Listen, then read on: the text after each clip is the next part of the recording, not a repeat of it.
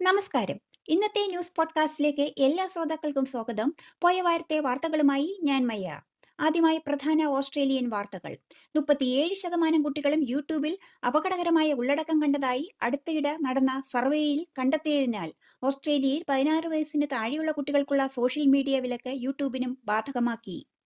വിദ്യാഭ്യാസപരമായ കാര്യങ്ങൾക്ക് യൂട്യൂബ് വ്യാപകമായി ഉപയോഗിക്കുന്നതിനാലാണ് നേരത്തെ വിലക്കിൽ നിന്നും ഒഴിവാക്കിയിരുന്നത്.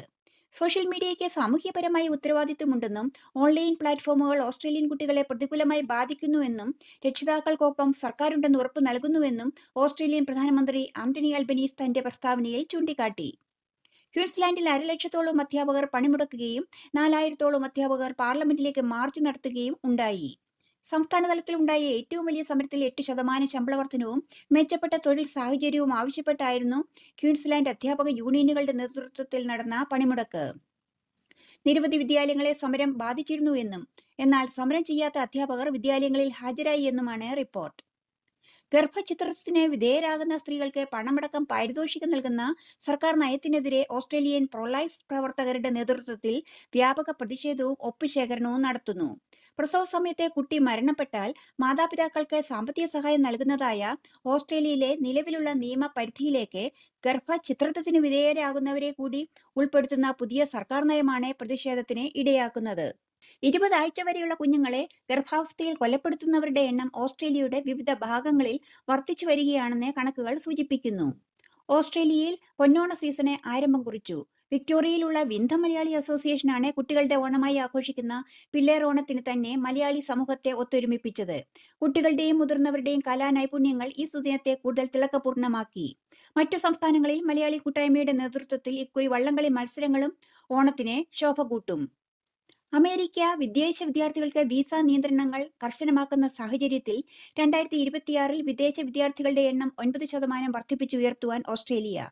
രാജ്യം പ്രധാനമായും തെക്കുകിഴക്കൻ ഏഷ്യയിൽ നിന്നുള്ള വിദ്യാർത്ഥികളെ ആകർഷിക്കുന്നതിൽ കേന്ദ്രീകരിക്കുമെന്ന് പ്രധാനമന്ത്രി ആന്റണി അൽബനീസ് സർക്കാർ പ്രഖ്യാപിച്ചു. അന്താരാഷ്ട്ര വാർത്തകൾ. റഷ്യയിൽ നിന്നും എണ്ണ വാങ്ങുന്ന കാര്യത്തിൽ ഇന്ത്യക്കെതിരെ രൂക്ഷ വിമർശനവുമായി US പ്രസിഡന്റ് ഡൊണാൾഡ് ട്രംപ്. ഒപ്പം അധിക തീരുവ ചുമത്തുമെന്ന് മുന്നറിയിപ്പ് നൽകി. ഇന്ത്യൻ ഉൽപ്പന്നങ്ങൾക്ക് 25% തീരുവ ഏർപ്പെടുത്തിയ ശേഷം ന്യൂഡൽഹി വലിയ അളവിൽ റഷ്യൻ എണ്ണ വാങ്ങുന്നുവെന്ന് ചൂണ്ടിക്കാട്ടിയാണ് ട്രംപ് അധികം തീരുവ ചുമത്തുമെന്ന് ഭീഷണിപ്പെടുത്തിയത്. ഇസ്രയേൽ പ്രധാനമന്ത്രി ബെഞ്ചമിൻ നെതന്യാഹു ഇസ്രയേൽ സൈന്യത്തോടെ ഗാസ മുനമ്പ് പൂർണ്ണമായി കൈവശപ്പെടുത്തുവാൻ ഉത്തരവിട്ടതായി ഇസ്രയേൽ മാധ്യമങ്ങൾ റിപ്പോർട്ട് ചെയ്യുന്നു.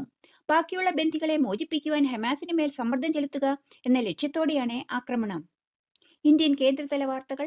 ഒരു തിരഞ്ഞെടുപ്പിൽ പോലും മത്സരിക്കണമെന്ന ആവശ്യ വ്യവസ്ഥ പാലിക്കാത്ത രാജ്യത്തെ 334 രാഷ്ട്രീയ പാർട്ടികളെ പാർട്ടി പട്ടികയിൽ നിന്നും ഒഴിവാക്കിയതായി തെരഞ്ഞെടുപ്പ് കമ്മീഷൻ. ബീഹാർ തെരഞ്ഞെടുപ്പിന് മുന്നോടിയായാണ് പുതിയ നീക്കം.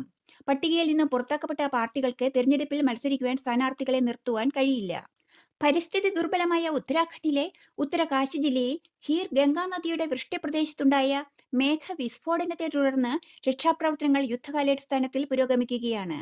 എന്നാൽ തുടരുന്ന കനത്ത മഴ രക്ഷാപ്രവർത്തനങ്ങളെ പ്രതികൂലമായി ബാധിക്കുന്നുണ്ട് എന്നും നിരവധി പേർ അവശിഷ്ടങ്ങൾക്കിടയിൽ കുടുങ്ങിക്കിടക്കുന്നുണ്ട് എന്നുമാണ് അറിയുവാൻ സാധിക്കുന്നത്.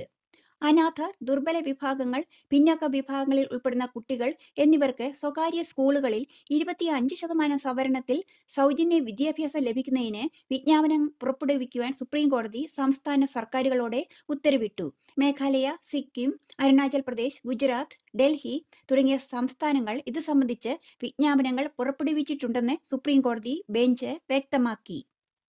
അശ്വിൻ കുമാറിന്റെ മഹാവതാർ നരസിംഹ ബോക്സ് ഓഫീസിൽ മികച്ച പ്രകടനം കാഴ്ചവെക്കുന്നു. പ്രഹ്ലാദ് മഹാരാജിന്റെ ഇതിഹാസ കഥയും വിഷ്ണുവിന്റെ നരസിംഹ അവതാരവും വിവരിക്കുന്ന ആനിമേറ്റഡ് പുരാണ നാടകം പ്രേക്ഷകരിൽ ശക്തമായ ഒരു സ്വാധീനം ചെലുത്തുന്നു.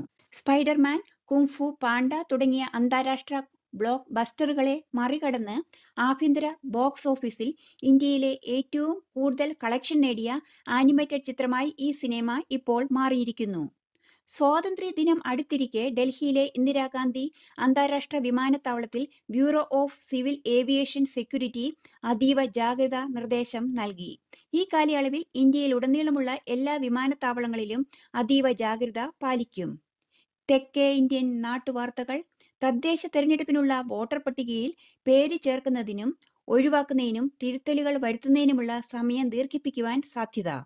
വോട്ടർ പട്ടികയിൽ പേര് ചേർക്കുന്നതിനുള്ള സമയം ദീർഘിപ്പിക്കണമെന്ന് വിവിധ രാഷ്ട്രീയ പാർട്ടികൾ സംസ്ഥാന തെരഞ്ഞെടുപ്പ് കമ്മീഷന് മുൻപിൽ ആവശ്യം ഉന്നയിച്ചിട്ടുണ്ട്. അടുത്ത 3 മാസത്തിനുള്ളിൽ സംസ്ഥാനം സമഗ്രമായ ഒരു ചലച്ചിത്ര നയം രൂപീകരിക്കുമെന്ന് കേരള സാംസ്കാരിക മന്ത്രി പ്രഖ്യാപിച്ചു.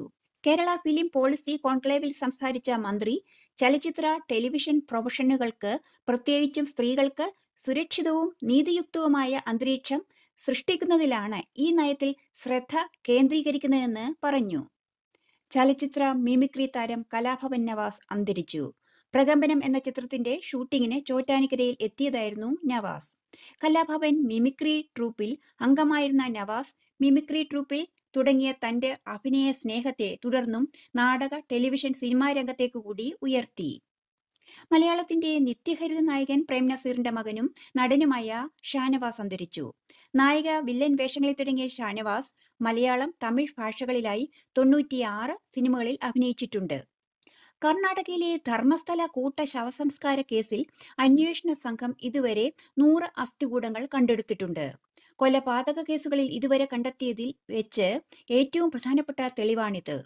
കൂട്ട ശവസംസ്കാര കേസ് അന്വേഷിക്കുന്നതിനായി പ്രത്യേക അന്വേഷണ സംഘം തെളിവെടുപ്പുകൾ നടത്തുന്ന കർണാടകയിലെ ധർമ്മസ്ഥലയിൽ 3 യൂട്യൂബ് ചാനലുകളെ പ്രതിനിധീകരിക്കുന്ന 4 പേരെ ഒരു വലിയ ജനക്കൂട്ടം ആക്രമിക്കുകയും ഉണ്ടായി. സംസ്ഥാനത്തെ സ്വർണ്ണവില വീണ്ടും റെക്കോർഡിലേക്ക് കുതിക്കുന്നു. പവന് വില 75,000 കടന്നു. ഇതോടെ സംസ്ഥാനത്തെ സ്വർണ്ണ വിപണി വീണ്ടും റെക്കോർഡിലേക്ക് ഉയരുകയാണ്. സ്വർണ്ണവില റെക്കോർഡ് നിരക്കിലേക്ക് ഉയർന്നതോടെ ആശങ്കയിലാണ് എല്ലാ ആഭരണ പ്രേമികളും. കായിക വാർത്തകൾ. ഇംഗ്ലണ്ടുമായുള്ള 5ാമത്തെയും അവസാനത്തെയും ടെസ്റ്റിൽ ഇന്ത്യൻ ടീം ചരിത്ര വിജയം നേടി.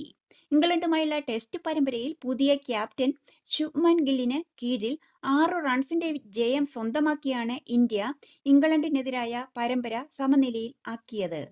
റൺസ് മാർജിനിൽ ഇന്ത്യയുടെ എക്കാലത്തെയും ചരിത്ര വിജയം കൂടിയാണ് ഇത്.